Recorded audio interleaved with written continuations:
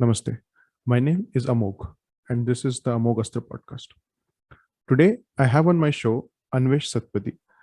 He himself has a podcast on YouTube, and a lot of times he has extremely interesting guests with some very unique viewpoints. Anvesh himself has a lot of interest in philosophy, psychology, and is currently pursuing his degree in political science. And today I intend to speak with him majorly on the topic of free speech and how different societies conceptualize free speech, how we view it in India, and also we will touch upon briefly on the recent incident because of which free speech is the issue that we are talking about. So Anvesh, I would like you to introduce yourself quickly for the people who may not know you. Yeah, well, I'm Anwesh Satpathy and I'm primarily a writer. So I write things, I write on a wide range of issues actually, of course, psychology, philosophy, occasionally politics, and I've written about free speech and music, cinema. So my range of the things that I write about is very wide. Apart from that, I'm currently an undergraduate student and I aspire to be, uh, an academic. So Nice. So let me start with this itself. So you mentioned that you're doing your undergraduate right now. So and it is in political science, right? So what attracted you to philosophy? Because it seems to have a lot of influence on the way you think, the way you speak, the way you write, and also a lot of guests on your own podcast. So what attracted you to philosophy in the first place? well, I've always been interested in philosophy. I've grown up reading philosophy. Me pursuing a degree was just a matter you know, of circumstances, not exactly interest. So Okay. but philosophy is my primary interest, and it derives from the fact that I've always been interested to know why people think the way they think. Why in reasoning and argument and things like that. I've always been interested to explore. Especially explore viewpoints that I disagree with because I find it more interesting to explore how those viewpoints can be defended. For instance, I'm not a conservative, but I read a lot of conservative philosophy. I read a lot of anarchist philosophy. So I'm always interested in, just the idea of engaging in good faith debate has always been very interesting to me. And it's of course I want to arrive at the truth, and it's possible a lot of times because I have changed my mind a lot Okay. by reading different viewpoints. Yeah. So I'm always open to the possibility of changing my minds, and I'm in fact excited by it. So I'm not exactly married to an particular idea. I have nothing to lose if I give up that idea, if I find it to Great. be, not commensurate to with the truth. So Yeah. that's it. Yeah, because this actually it's a very unique trait. I mean, everyone talks about it, but not everyone, really means it when they say it. And now, uh, since Twitter acts like the town square for everyone, I've seen you tweet, and I've seen you tweet extremely politely in all situations. So no matter how anyone argues with you, what point someone puts forth, you try to engage with them in good faith.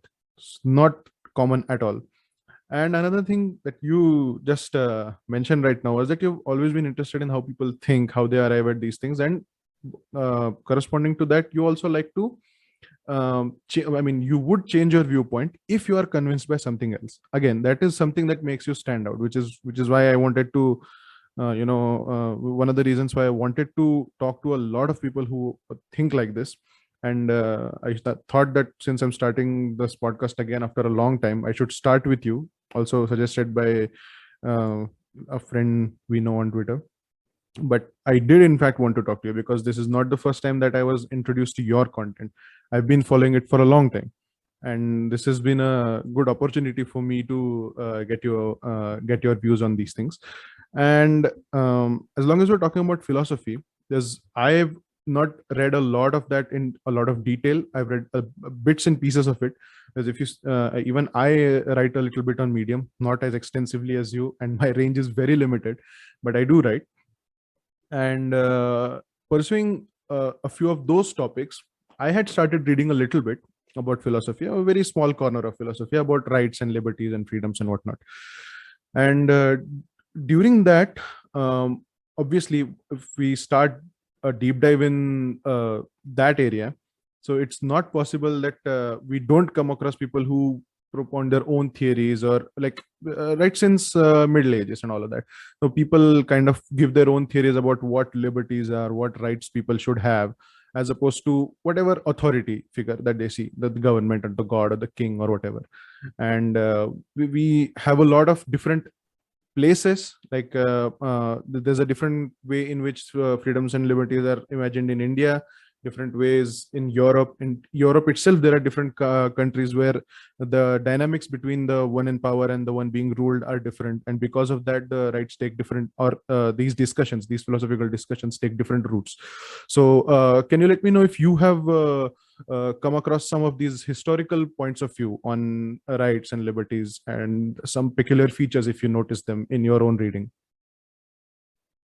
Are you referring to any specific topic, or like liberty in general? Yeah, I mean, I would like it if you spoke about liberty in general, but I imagine that that's a broad topic. But what I wanted specific focus on was, again, free speech, and the reason I choose that is because that topic is currently very hot in her discourse right now, especially since the few remarks that a BJP ex-spokesperson uttered on TV, and that has caused a humongous uproar, and we see all sorts of opinions flying by. So that is where I was coming from. And since, see, I'm not too much interested in discussing politics per se, but what I am interested in is how we can think about free speech as an important tool for everyone, not just in politics and all of that. So for everyone should at least have a good idea as to what the principle is. If, are there limits? If there are limits, what are those limits? And pursuing that, I want to know if you have read something in the history of free speech, where it came from, how it started. In that sense, I'm asking, essentially. Yeah. Well, that's a very broad question, and I think that the history of free speech as an idea, because we seem to conceptualize free speech as a sort of political right? And for much of history, there's been monarchy, so we don't have an objective criteria to measure if a particular society has a more free speech or less free speech. Yeah. So one of the ways of measuring it are guessing, let's say, how, if there was enough free speech, is to see what society had the sort of debate tradition. So, for instance, the Greeks had debate tradition. You find, offhand defenses of free speech. There's no exact, exhaustive detail of free speech, because in most societies where free speech existed, people did not really think that they would have to like defend it.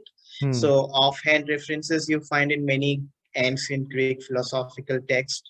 And I think the Socratic method assumes in itself an opposing point of view, no matter how ridiculous it is. And the debating tradition and the sophists, even the sophists.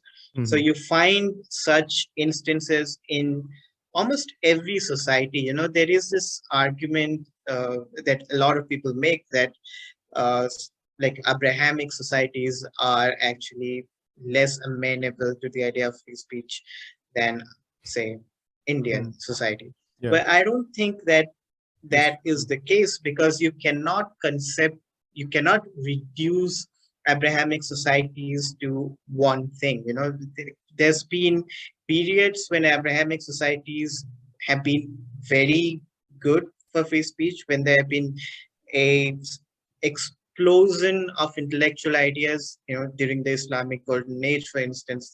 You have Al-Ghazali and even Rust Aviras debating these completely different viewpoints, but they agreed that they had to debate these issues and not restrict freedom itself.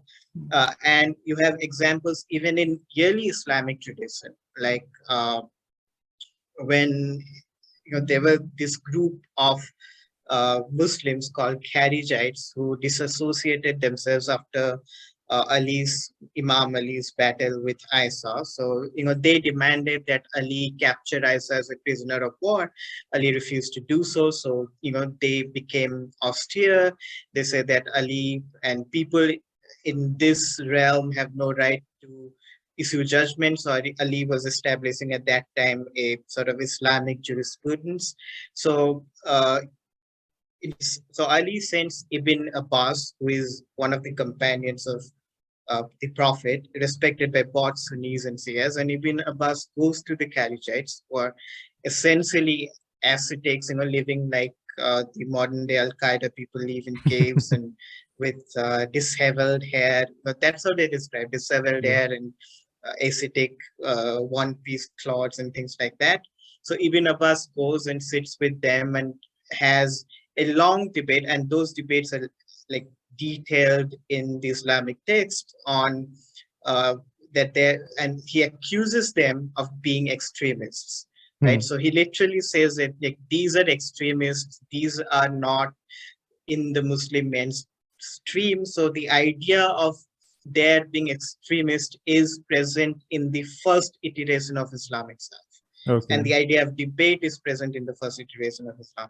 And then you come across Christian societies. Well, when it happens that when the church takes over, there is, of course, a repression of free speech, but that's not because it's essentially, say, theological matters. It's because whenever you have an Any orthodoxy. institutional takeover, you Yeah. will have a dogmatic belief. So I think that people assume that because some texts restrict free speech, that this is the fault of the texting itself, but they fail to see religion as a living idea. Yeah. So if many people believing it, then it means that there are a lot of interpretations, and some of those interpretations are obviously pro free speech. So I think in every societies, in most societies, there is a tradition of free speech, a tradition of open debate exists, and you can find it even in like tribal societies. The best example of that would be the example of Kandiarong. Sorry, where It's is that? in uh, Kandiarong was a philosopher, a Wendat philosopher, Native American who Oh. engaged, who lived in the like 1600s, I think, and he engaged with the American, explorers who were coming in, not Frontiersman. American, European explorers who were Yeah. coming in. And he was engaging in lengthy debates with them, arguing that, you're essentially critiquing the church, critiquing the fact that Europeans have these strict laws, critiquing the fact that Europeans are not allowed to mock their king, that because the Kondiarongs were allowed and it was encouraged to mock the person who was their chief. So he was saying that, you don't understand freedom. So that existed even in multiple tribal societies. Yeah. So the idea of free speech, I think, cannot be reduced to one society. It's not anyone's Exactly. sort of birthright. I think Hmm. you can make an argument for speech no matter what perspective you come from. Yeah. Yeah. That's a really good point that you make, that it's not really a birthright of any one particular civilization, even though uh, some people may claim that. I mean, I've seen several European and American politicians, and especially conservative politicians, who have claimed repeatedly that their idea of free speech was sort of like the one idea of free speech, and it exists uniquely in their lands. But it's interesting that you should mention that it occurs in all places. Like even in India, we have had a long tradition of philosophical debates that go on among scholars, and uh,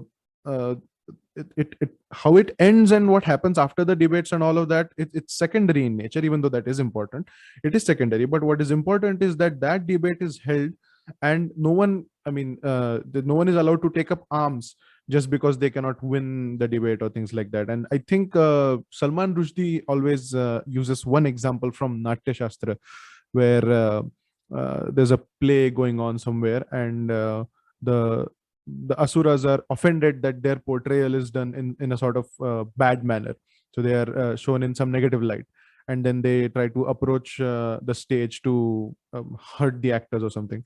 And then Indra, who is the king of gods, he stands up and says that on that stage anyone has a right to say anything. And that is sort of the example that Salman Rushdie says. I have not read Natya Shastra myself, nor have I heard anyone else use that argument, but at least that is what I've heard in our philosophical traditions, Indian philosophical traditions as well. But now I would like to come more near where the issues start with India. So pre-independence India, and even now, we sort of inherited the common law tradition, which comes from Britain. And there is a British imagination of what free speech is like. I mean, there's an article that I have written. It runs through it really quickly, just to give an example, just to give a very brief idea to those who may not know. It starts with like the Magna Carta in 1215, and then several kings come, and then they start censoring, and then they start suppressing people's speech. And this word censorship is actually used in the 17th century.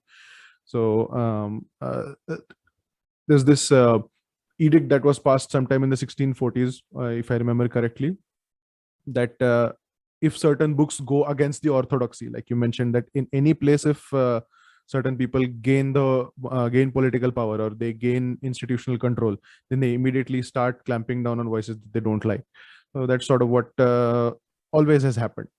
And in this case, in the 1640s, what happened was the censorship edict was passed so that they could ban a book before it was published. We've seen examples of that in India as well. And in 20th century India, 21st century India, that they've banned books before they were published. And that was called censorship. And against that, John Milton gave a speech, and it is famous as Areopagitica. I'm not sure if you have read the speech itself, but it's actually, it conceptualizes the right of people to speak to truth to power in the real sense, even though the power may not want to listen to it. So in that sense, and then we see that in 1689 the English Bill of Rights is passed, and then, but it takes a little time to come all the way to its colonies, and then in India and things like that. So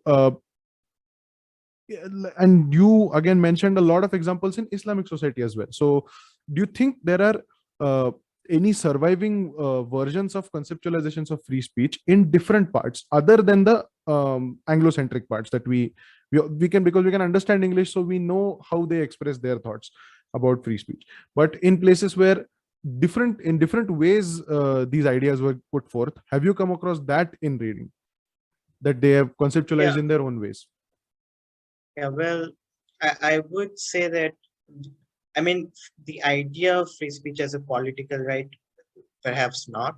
Okay. The idea to express opposing viewpoints, the idea of debate is present in all societies. I mean, Iqbal has written Muhammad Iqbal, he had written a book, and it was written in English, I forget the name, but he was essentially arguing for a rationalist version of Islam, where he emphasizes on the need for debate.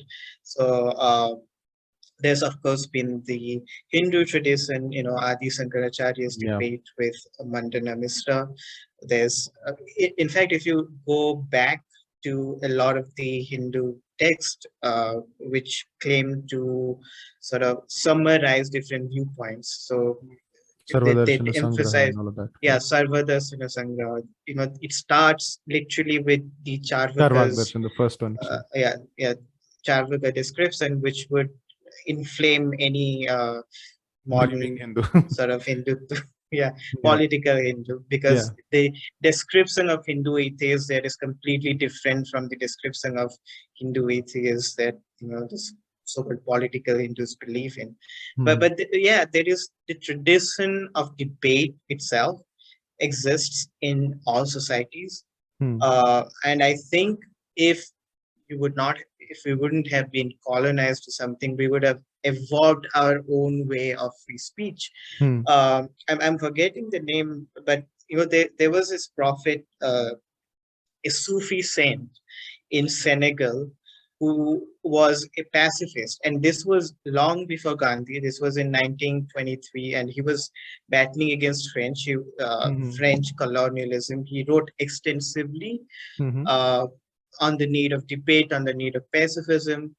He Hmm. was essentially a Gandhi before Gandhi came into Gandhi. being, but we don't really hear about it because history is complicated subject. It's sort of written from the point of view of victors, and Hmm. some people get undue um, publicity while others don't. And I think that's the reason why our view of free speech, well, the language we use, the Yeah. principle itself is universal, but the language we use to defend it is, of course, European in nature. There's nothing wrong in it, but Hmm. it's important at the same time to acknowledge that these are not the first people to discover free speech. The Hmm. tradition exists in different societies all over the world. Yeah. And then, pursuant to the same point, then when do you think it begins to sort of go downhill? That I mean, of course, there are examples in all societies, like you mentioned, but there is this one very famous example of Socrates. You briefly mentioned the Socratic method. Mm. Socrates was tried in Athens, if I remember right, in Athens, and he was tried for corrupting the minds of youth. He was sentenced to death, and then on the last day, he supposed to have given a speech before he was sentenced. Now there are no direct records of the speech, but one of his disciples, Plato, went back and wrote what he could recall, and he named it the Apology of Socrates. Now, the meaning of apology is not the same that we know today. It was not that he said sorry. He said the explanation of what Socrates meant is called the Apology of Socrates. But that is like an example of um, the society actually clamping down on free speech. And it happens almost everywhere. Now, it is a miracle that it has survived in a few places still, like in the political sense, it has still survived. But then, do we know when these societies start sort of crystallizing and then they stop wanting to listen to alternative viewpoints? Because obviously, even though Islam has had a tradition of debates, and in fact, some of them have even encouraged debates, but today, a lot of societies that we see, like there are 50 plus Islamic countries, and in no country is there any kind of like really free speech that is that fits any definition that we may give. In a lot of Asian countries, East Asian countries as well, we see very little we don't see really good examples of free speech being protected by law. There's only really a few countries where it is protected. So why do we see this opposition against free speech? Well, there are multiple reasons, one of which is, of course, the rigidification of the state. Hmm. So, a dogmatic, overpowering state will, of course, want to clamp down on the rights of its citizens in order to protect its own power.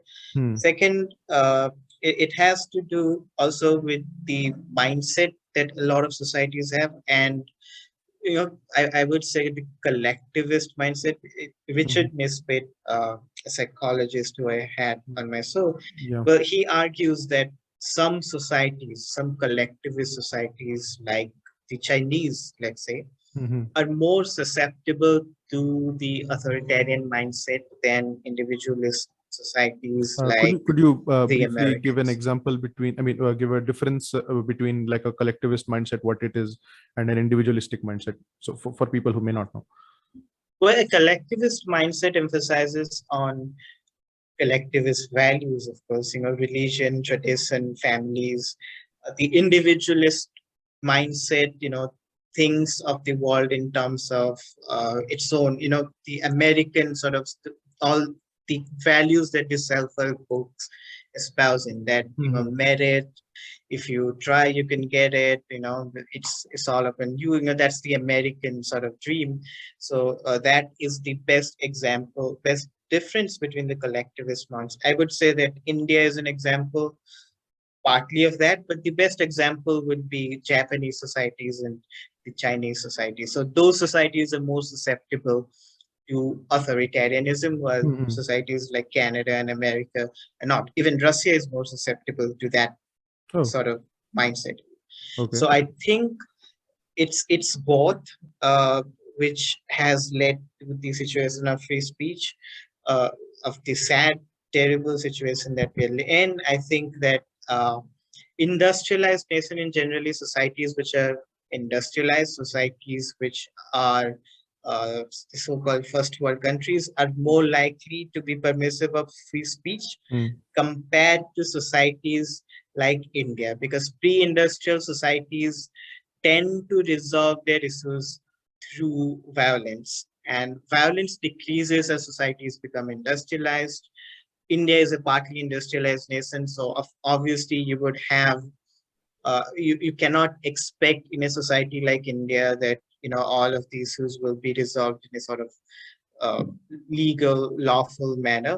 So you see people losing their minds over wars, literally, Mm. fighting and things like that. It's a dogmatic attitude. It's a collectivist attitude. Yeah. It's the attitude of people.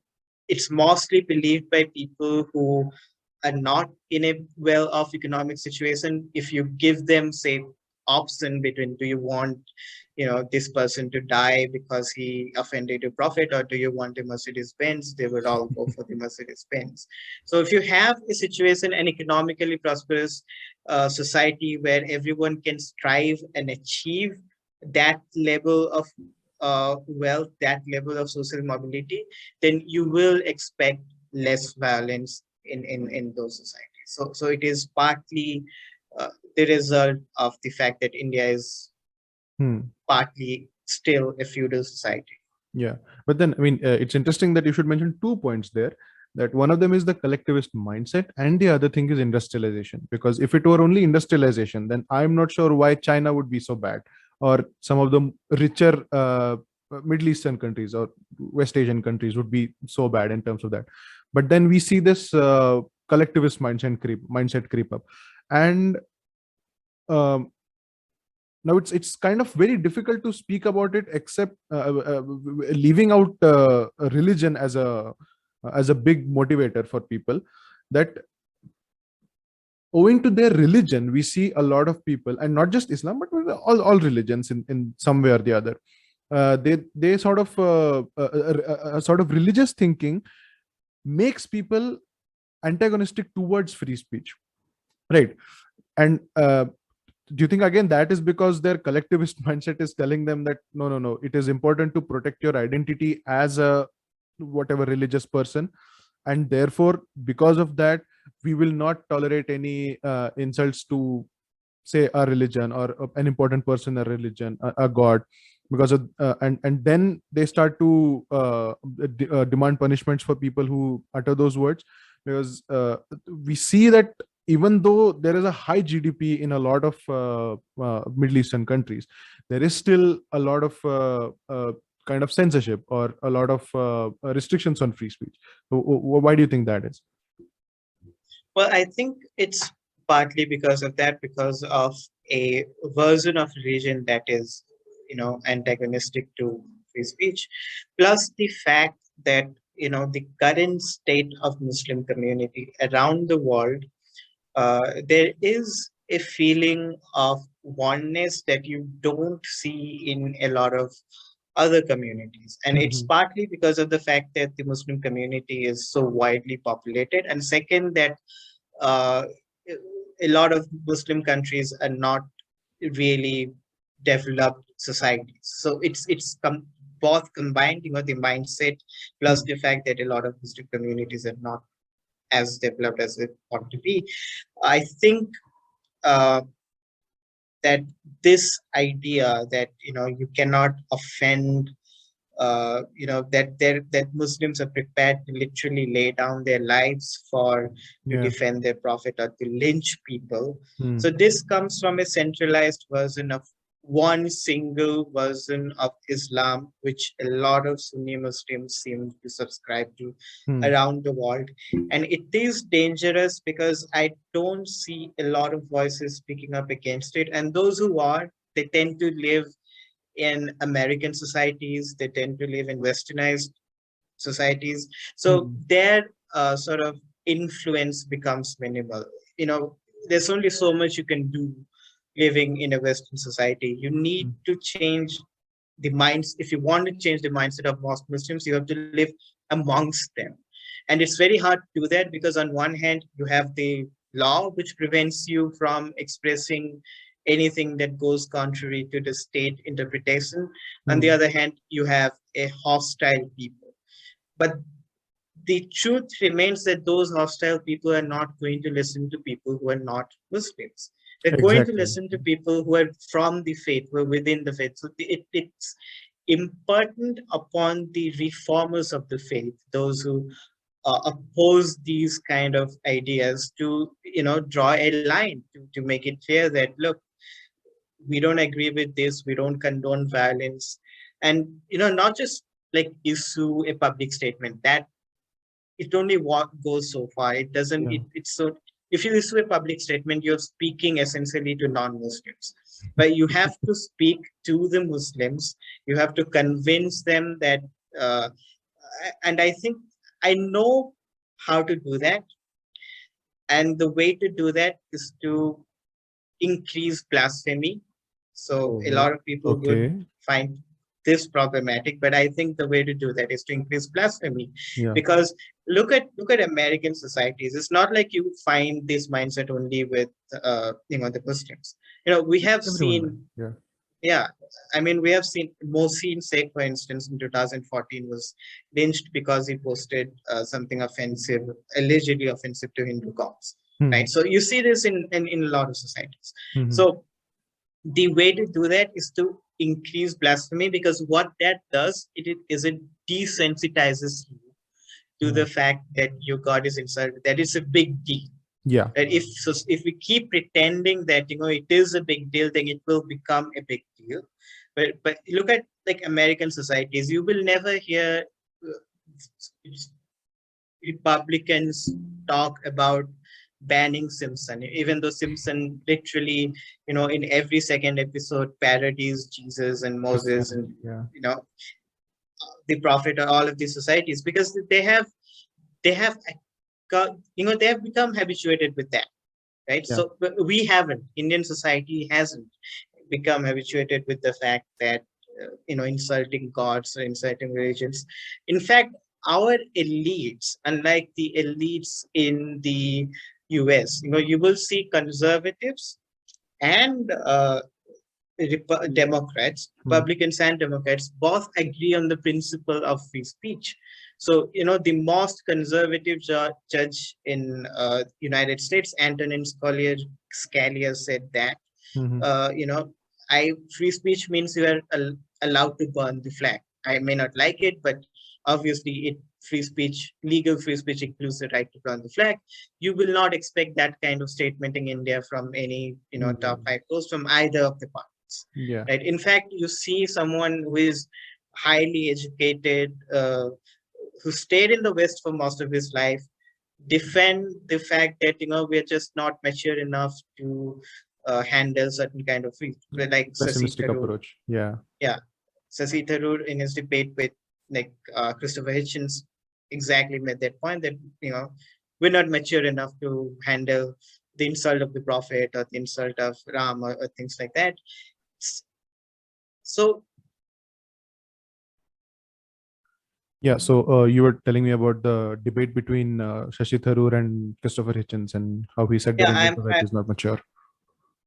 I was making the point that our elites are simply not defending free speech, unlike the elites in American societies or European societies.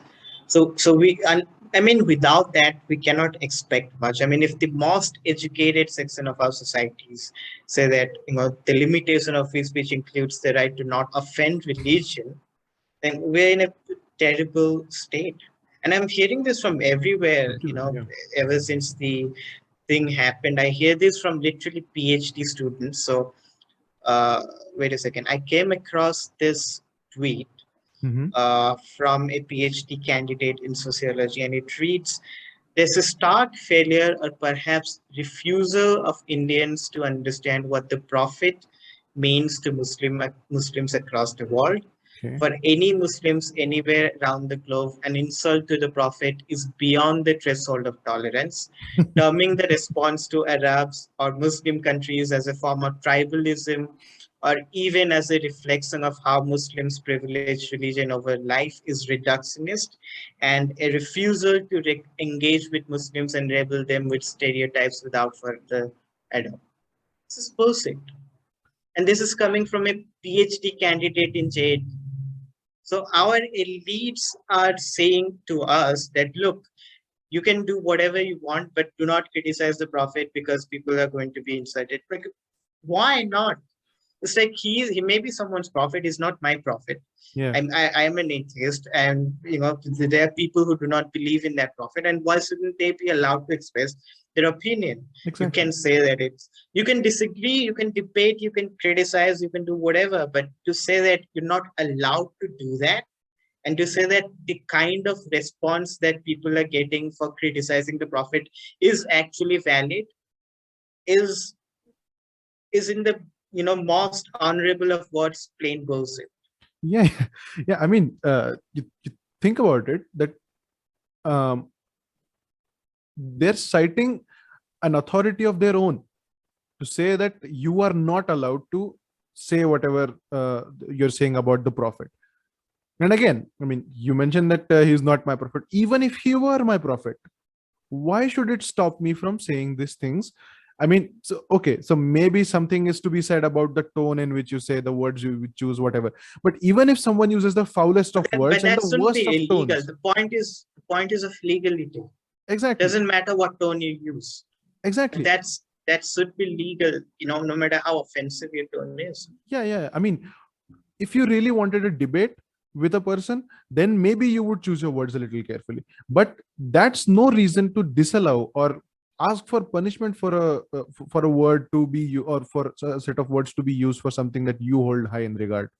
And another thing, I mean, I like the fact that you said that the solution to this is more blasphemy. I've heard other people say that as well. I think Abhijit Iyer Mitra is one of those people who says that we need people to keep blaspheming again and again so that people get desensitized to the idea. But again, it comes down to the question of who bells the cat.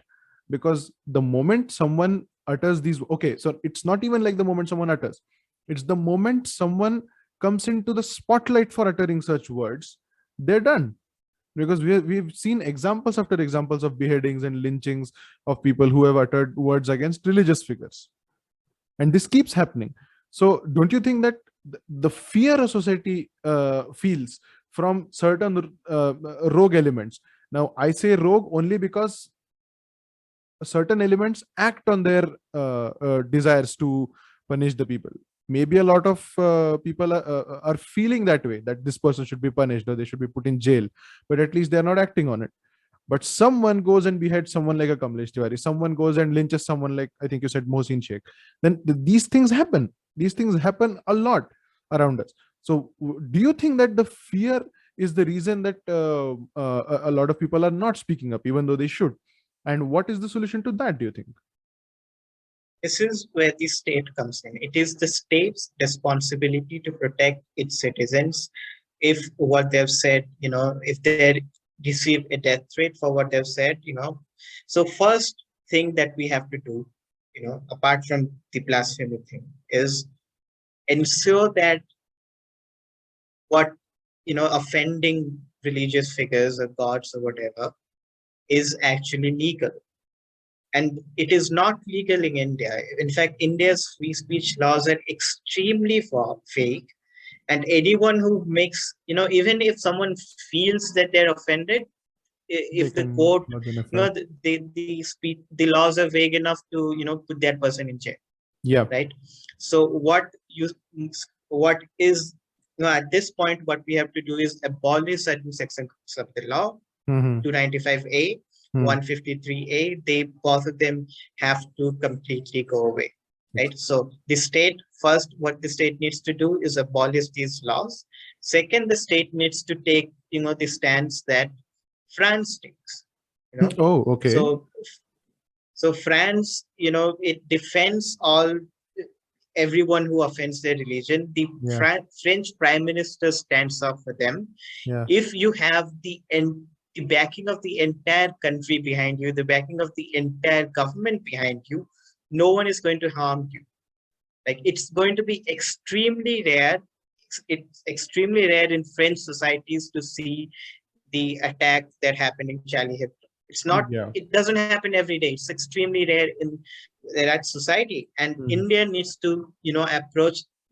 take that approach and say whatever you want, and if there are death threats, the state will protect you, because the state protects people when there are death threats in other In instances. any case, So yeah. why shouldn't it protect people who have offended religion? It makes no Exactly. sense.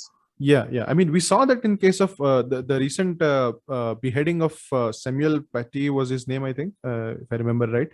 And when he was beheaded for showing some cartoons by, I think, Charlie Hebdo itself in classrooms, then one of the parents of the student or some guy went and beheaded him. And the response of the French government was that the entire government stood behind that guy, the Samuel Paty, that is. And then uh, some of them, I think, even displayed the cartoons on big billboards and then all of that. So they have a really sort of a militantly anti-religious inclination when it comes to these things, that they, if a religion says don't do this, then they'll do that on purpose.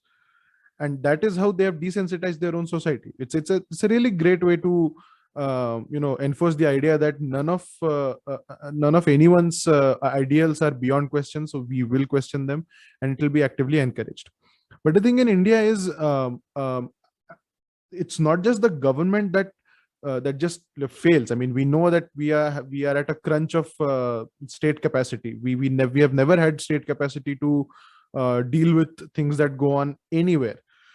So it's obviously partly the responsibility of the state to curb any violence that is going to happen, but it fails at that. But again, there is also something to be said about a society that holds some things in such high regard that they're willing to go and rampage on streets. And they're I mean, the sort of slogans that we see, I mean, I'm repeatedly talking about this issue is because it is fresh in our minds, that there are repeatedly slogans where they are saying that the people who have offended any faith should be beheaded. And some people have also issued threats, but no action takes place against them. It's basically because of that the government is unwilling to act against these things. And then something that is completely out of my realm of understanding is a few people actually asking Arab countries to intervene in an internal matter of India, to, I don't know, do what, reduce trade relations or do whatever, and then make India, or rather the government of India, punish the people who have said these things. And that is how, I mean, if nothing else, then it reminds us of the of certain historical examples where rulers who were living in India sent letters and invited rulers who were outside India to come and invade. This is exactly what it reminds a lot of us of. And this is like complaining to someone outside your house about what is going inside your house. And that is something I fail to understand that. And such views are supported by, you mentioned in your previous response, a PhD student in JNU. So like, it was just an example, but I'm pretty sure that there are a lot of people who would agree with that. Now, if there are blue check so-called liberals literally defending that viewpoint. Yeah, I mean, if that is the case, then I mean, where are we supposed to have our people who speak truth to power come from? And since they are not ready to do their jobs, I think we should do their jobs for them. So can you define what the principle of free speech is? If there are limits to free speech, and if there are, what are those limits to free speech? I mean, can you answer that? The only limit to free speech is direct incitement to violence under clear and present danger. Direct incitement to violence, simply inciting to violence, is not enough to put someone in jail. Someone Could you writes a book. differentiate between those two? Yeah.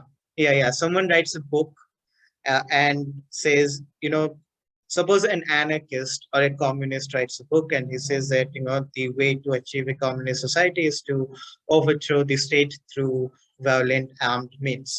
Mhm. That person should not be jailed because that is not under clear and present danger. On the Okay. other hand, if the same person is with a lot of people, say a mob of people surrounding him, and he's giving a speech, and in that speech he says with specific target that we should say invade the Rashtrapati Bhavan and kill the president of India to achieve the communist society. That That would be. is direct and present. That is violence, and it's directed towards a specific uh, person, a specific state. So that person should, of course, be jailed, Mhm. because there is a danger there that the people who are in that meeting will then actually go on to do their deeds, because we know what happens in mobs. We know that people, when they're surrounded by mobs, they're not in their right senses. Yeah. So this is the only limitation to free speech that there should be. No other limitations at all. Free speech, I explicitly say, because when you say uh, this simply, people will say, think that this is a mild sort of suggestions or whatever. But to understand the implications of what I'm saying, freedom of speech includes the right to burn the national flag, Yeah. includes the right to mock and offend religious gods and prophets and books and rituals and cultures, everything. Freedom of speech includes the right to be racist, includes the right to be a bigot, Fastest. casteist. So that also, I mean, our laws prevent that Prevent. Yeah. specifically, because Yeah. so There's it a. includes that as well. I understand the sort of reasoning behind it. I understand why those laws came to be. I'm compassionate enough to think, but you boycott that, those kind of boycotts through social boycott. You don't do that through the state, Exactly. because you will always have bigots. Mhm. If they don't because I need to know who a bigot is, because if I Exactly. don't know, then I don't know who to avoid. Yeah. So insidious bigotry is worse than explicit form of bigotry. Explicit form of bigotry, you know who to avoid, which person you shouldn't go to. But insidious forms of bigotry take place in, minute form of discrimination that are not that will never be caught. So you don't Exactly. want that to happen. So Yeah. if society that allows even bigots and racists to speak is actually a free society. And I'll give you one example of how it actually works out. So Mhm. in 2008, 2009, Mhm. the British National Party in Ah. United Kingdom, Yeah. became very popular. Yeah. So Nick Griffin was the leader of the British National Party then. He was a open Racist. racist. Total The racist. the BNP is literally a fascist party, and it's a descriptive fascist party. It's not one of those parties that you derogatory call fascist. Literally a descriptive, racist, xenophobic fascist party. Mm. So Nick Griffin, in 2008 to 9, because there were a lot of issues when it comes to immigration and stuff, they managed to gain a significant proportion of vote, and they were they were gaining, winning seats in election. Yeah. So what happened is Nick Griffin was invited to Speak. Question Hour Mm. in BBC.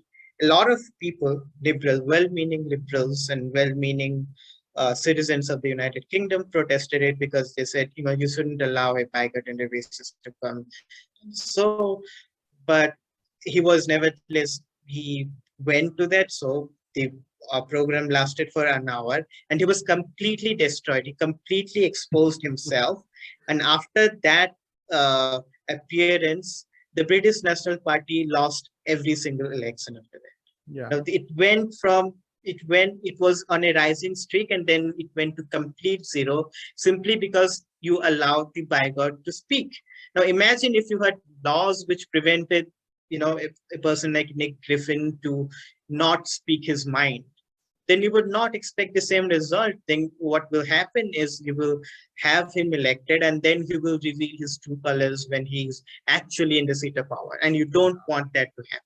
You Exactly. want to identify bigots and racists, and you want to exclude them from society. You want them to have the right to express their stupid opinions. Yeah, yeah. I mean that's a good example. I've heard this before, and it's an amazing example of exactly what happens when you let people speak.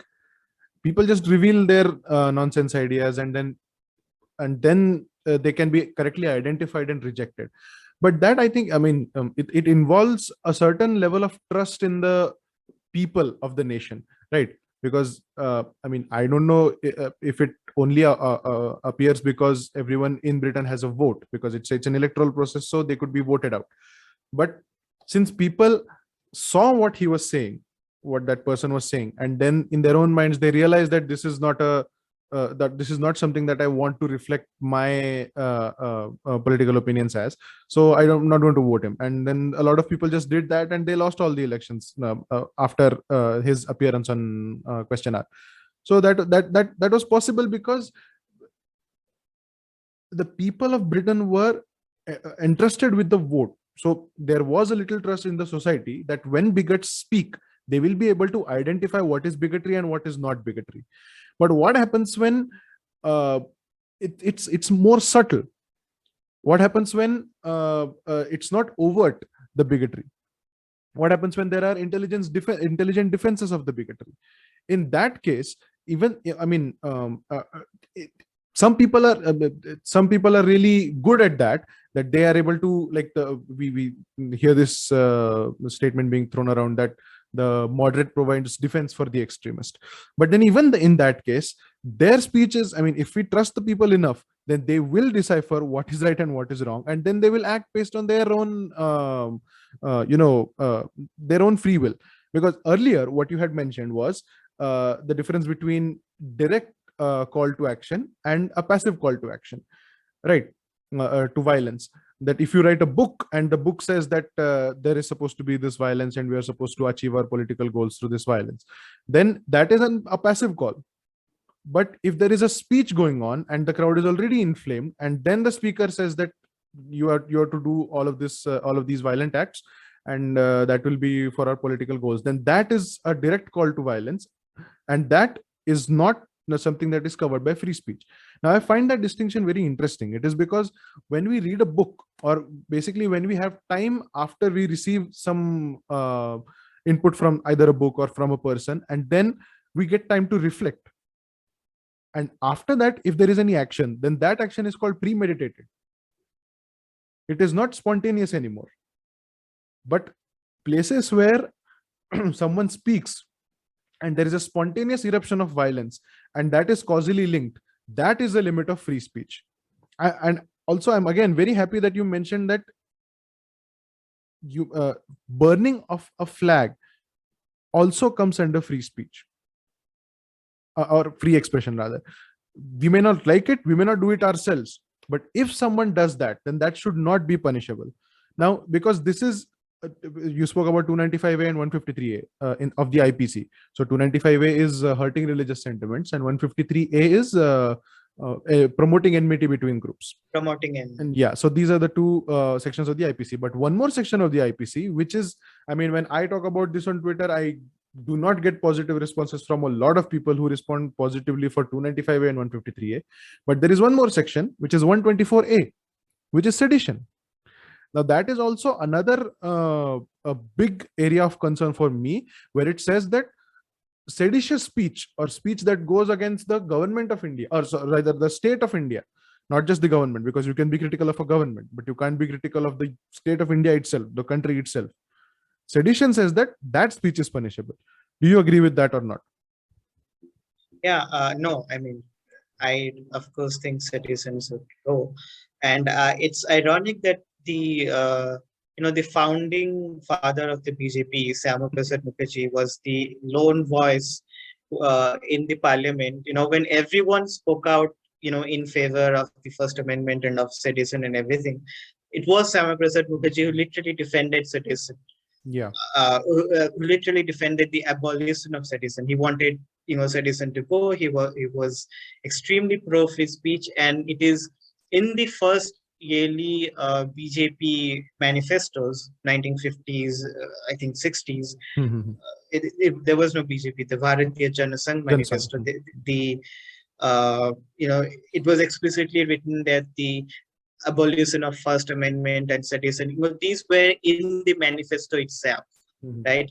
So ironically, it is now the BJP which is using sedition laws to put people in jail. The Congress used to do it earlier. The Congress put cartoonists in jail. It put uh, there was this protest, I forget where thousands of people were charged under sedition because they were protesting against industrialization and losing their livelihood. So Mhm. they were all charged with sedition Oh, this was, I on think, a in single the day. Tuticorin protests in Tamil Nadu. Yeah. I I think think I that think in Chidambaram was yes, the home in minister Tamil at Nadu. that time. Yeah. Yes. Yeah. So all governments in India have used sedition to their advantage. And after 1950s, 60s, this debate was settled that, sedition is going to stay. The laws restricting free speech is going to stay, which is the same, because now we're in a situation where there's no turning back, where we see literally our elites defending these laws, our elites Yeah. which have nothing, which are supposed to be anti-government Exactly. and which supposed to stand up to the power. They will vaguely defend free speech in specific cases, but they will not defend the laws that enable the state to take such actions. So they will defend Munawar Faruqi, but they will not defend the fact that the abolition of the law which was used against him. Hmm. Same with the case with UAPA and things like that. So our elites do not advocate for institutional reform. What they want is they want their side to sort of win. Exactly.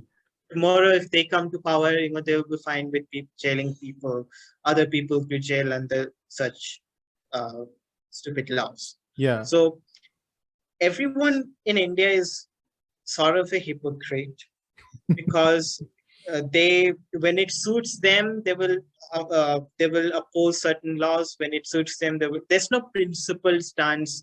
Nobody in the right wing, everybody who's getting angry over the Nupur Sharma fiasco, none of Mhm. them are literally want the law to go away. Yeah. They The want to use the law for their own advantage. For those who Yes, they want. speak against the shivling discovery in Gyanvapi complex. Exactly. And the best example of that is, when Armin Nawabi, who is, in the Atheist Republic, so he Mhm. burned Quran and there was a lot of flag Cheering. against He him. got cheered by the online Yeah, Hindutvawadis. yeah, the online Hindutva parties cheered him, and then he started posting cartoons of Hindu gods, and Yeah. then, they got very Oh my angry, and God, that was a uh, huge fiasco. the editor of that magazine wrote a long piece, essentially recycling the same arguments that the so-called woke people use in the American context. So her point was that, Hindus should be allowed to burn the Quran because Hindus are the oppressed ones. Oh Hindus yeah. have been historically oppressed by the Muslims, so they should be allowed to burn the Quran. But the Other things should not Muslims take. or Yeah. others, yes, because they've been the colonizers, and they're the oppressors, and this is the exact same arguments that people, the maniacal left uses in the United States context, which in other contexts you would expect conservative society to not use that argument, but they recycle the exact same arguments to defend their point of view.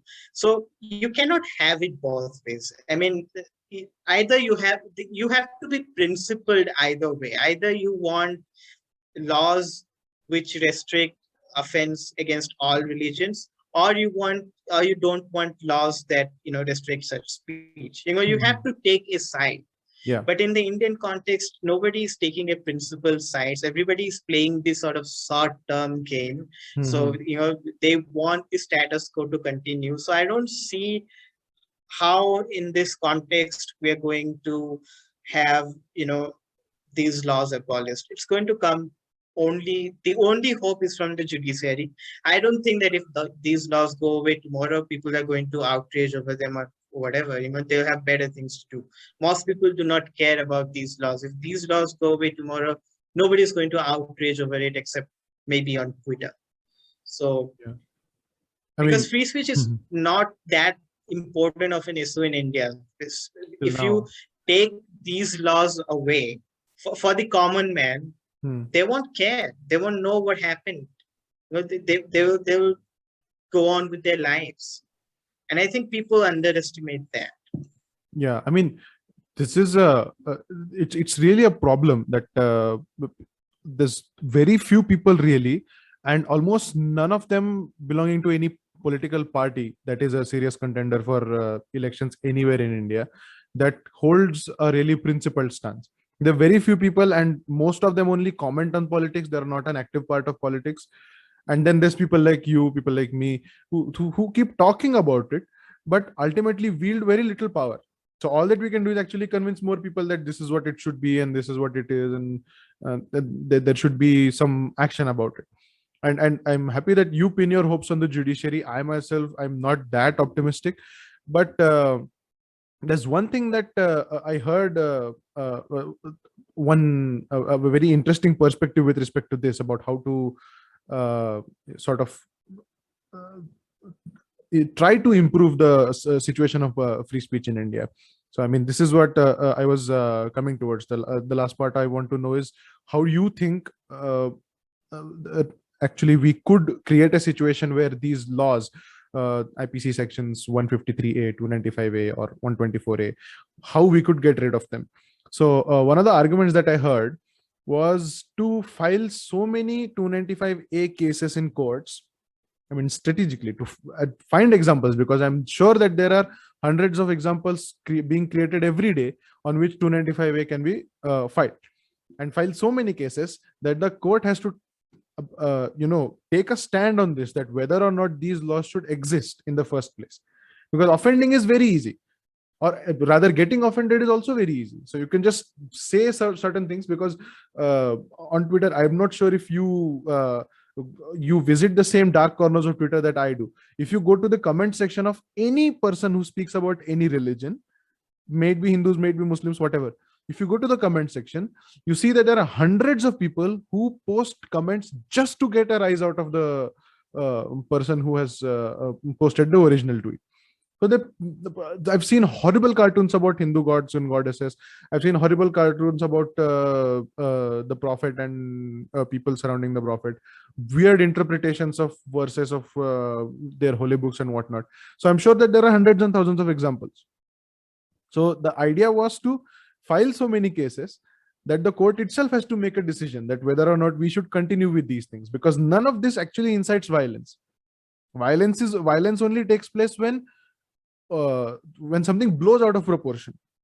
So otherwise, it just kind of goes under the radar. So that was one of the ideas. I'm not sure if you agree with it or not. But what I would like to know from you is, and this is, I'll close with these last few statements. What I would like from you is what we as like general people who don't have really much to do with politics should do about whatever, raising awareness about free speech and whatnot among people. And what do you think is a way in which we could ensure that these laws are actually taken, these laws are considered and thrown away? What do you think Well, I think about the that? first thing that we can do is first speak up against it. There are not enough people in the Indian elite, in the Indian intelligentsia who are speaking up against it. So speaking up against it in itself is a very good step. Second is to make good art, because nothing convinces people like good art. So make good movies, write books, make the point across that free speech is important, mock religions, mock different gods. So, do blasphemy, whatever. Convince people that this is not a big deal. Convince people that, it's okay to laugh at yourself, that, nothing is going to change if you laugh at yourself, or, just shrug off and go your own way. You don't have to outrage about everything.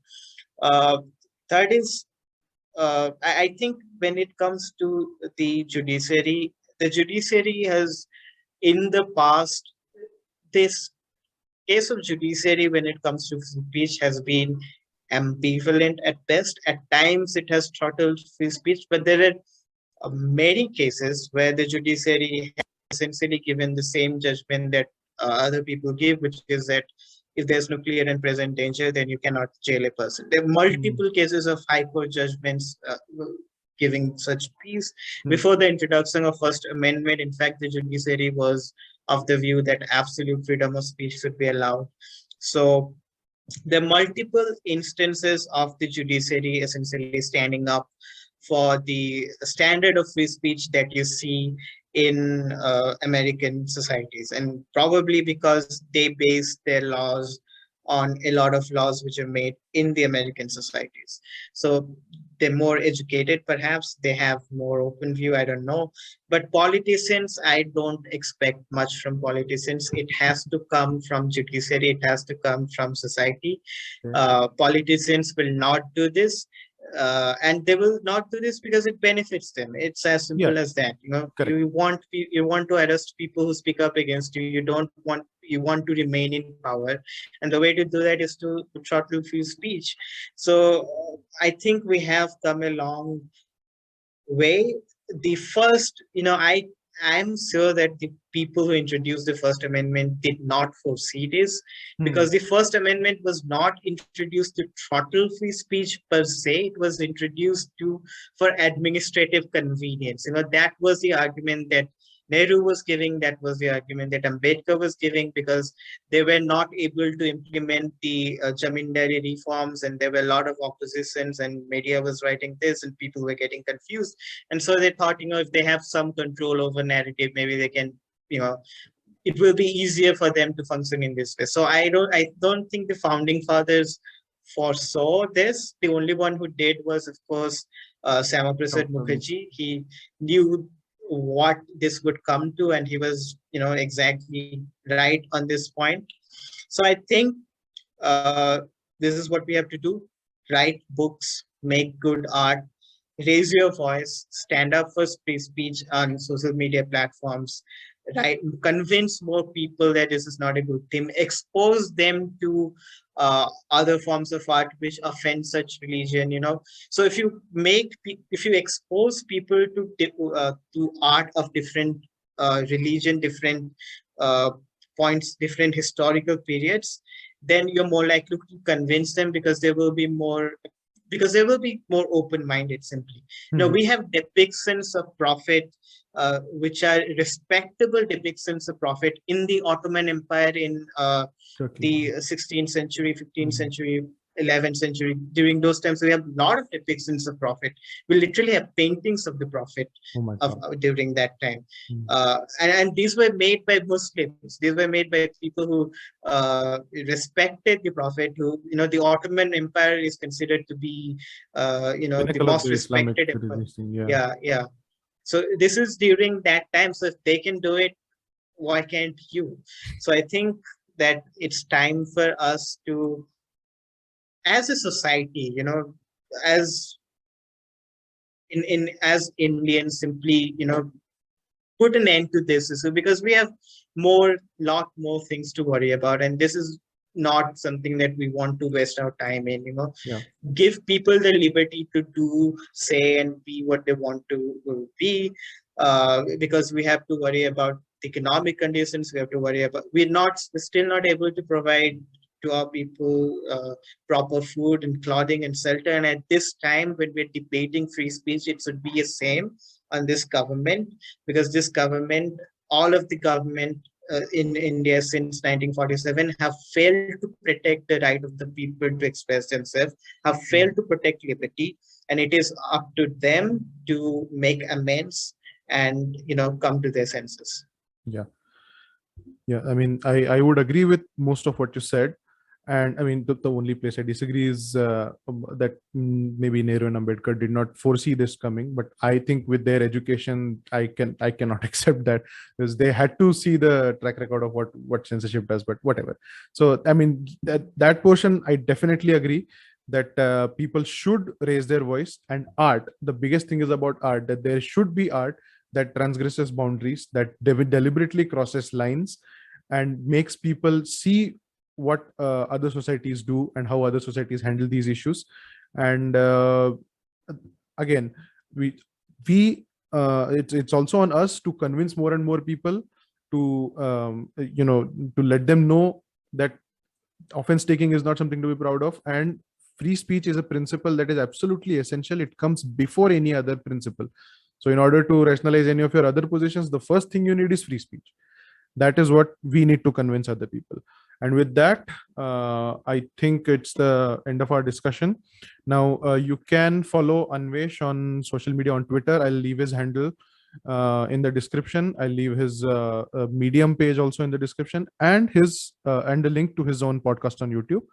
And that will be all from my side. You can like this video if you like my content, and if you would like to see more such conversations, please subscribe to my channel, the Mogastra podcast. And thank you. Namaste.